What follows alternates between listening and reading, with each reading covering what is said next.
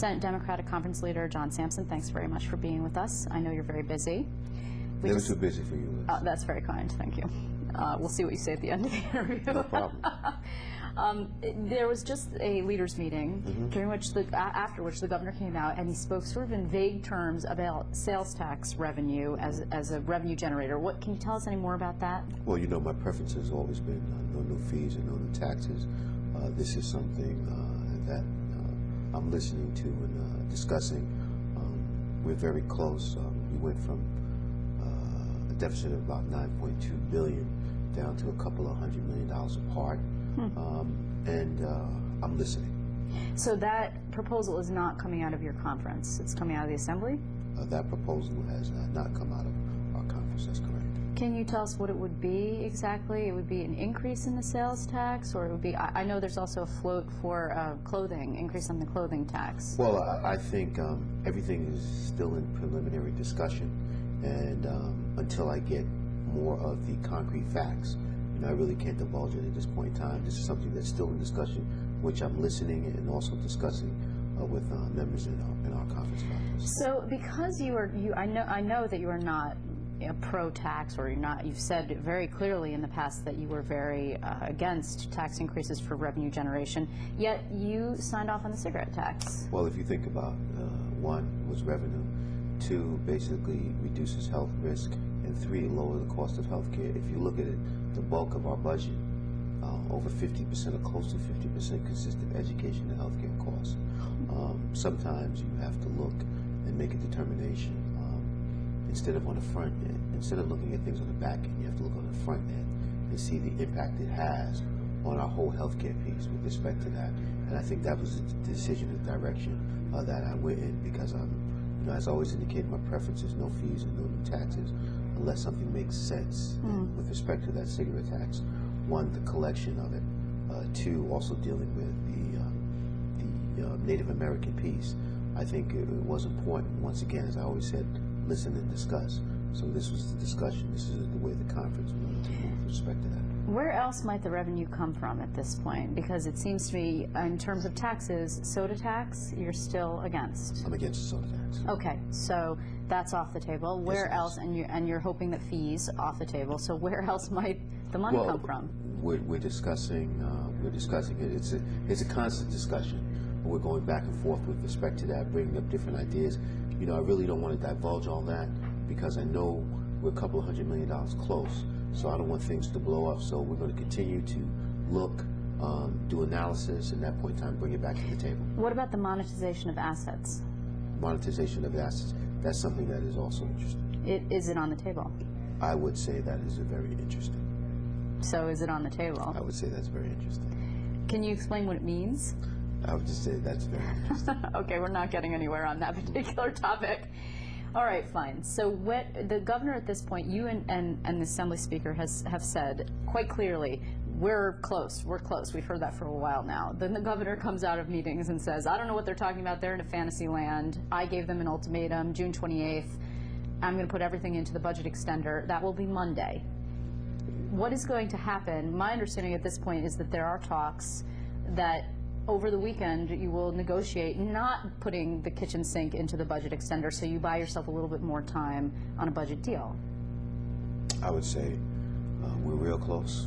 We're going to continue to get together and close this thing down. Hopefully we don't have to worry about Monday.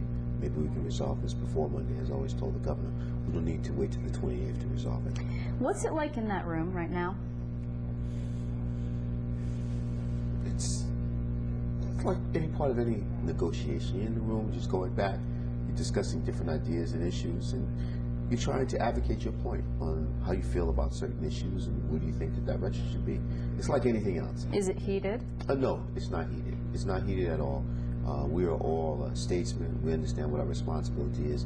Liz, if you think about it, we're in a position, usually during this point in time, everybody's always talking about making additions, making adds, making restorations. We're not talking about that. We're talking about cutting vital services that have an impact upon the lives of people. So you have some hesitancy. We understand we have to make the tough decisions. We have done that. We will continue to do that, and I'm always optimistic no matter what.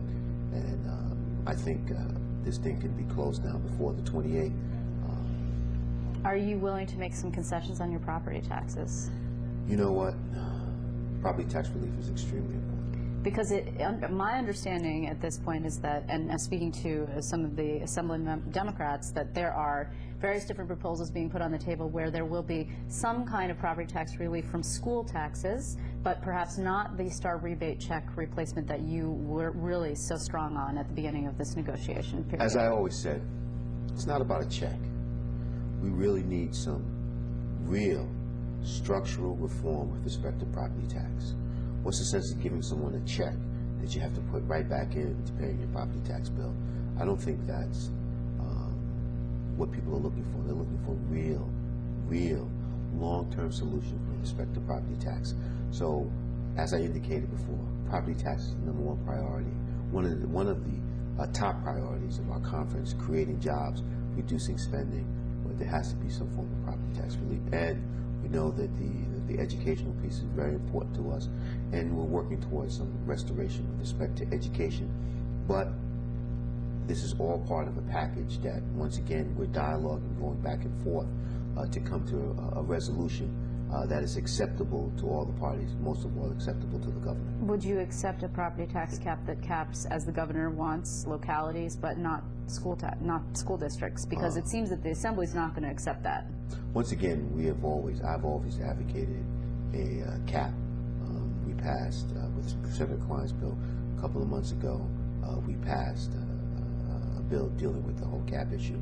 I think I'm in favor of a cap. Always been in favor of a cap. Any kind of cap, a partial cap would be okay with you. I don't think we should do a partial cap. We should do a cap. What about your tobacco bonds that you're so fond of? You know, I am very fond of my tobacco bonds. I know you are. I'm going to push it. I'm going to continue to push my tobacco bonds. But it doesn't seem like much of a starter at this point. You know what? I always say I got faith.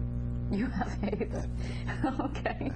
What is going on with your conference? Let me ask you that, because last night there was a rather heated exchange on the floor between Kevin Parker and Senator Ruben Diaz. There was some salty language that was used. What is happening there? Passion. Passion? That's what it is. It's passion for... They said the same thing about Elliot Spitzer, you know. Passion. Well, I'm not talking about that passion. Well, he was, you know, angry, and they turned it from anger into passion. Well, you know, I think it's passion. It's a family issue that will be resolved. I mean, because you know the end is near. That's all I can say. You know the end is near, where people are very agitated, and they want this process to be completed. So I look at that as just a family squabble between two members, and you know, fences will be mended. We will continue to be strong with our 32, and a lot of people didn't think we could keep 32 together. And we've done some great things since I've taken lead of the conference with our 32 members, and we will continue to do that. Will you be able to pass a budget deal without Republicans, because you know they have a line in the sand on tax increases? Once again, hope moves eternal with me. I've always extended my hands with the great things in the deficit reduction with Senator Skelos and myself. I understand the process.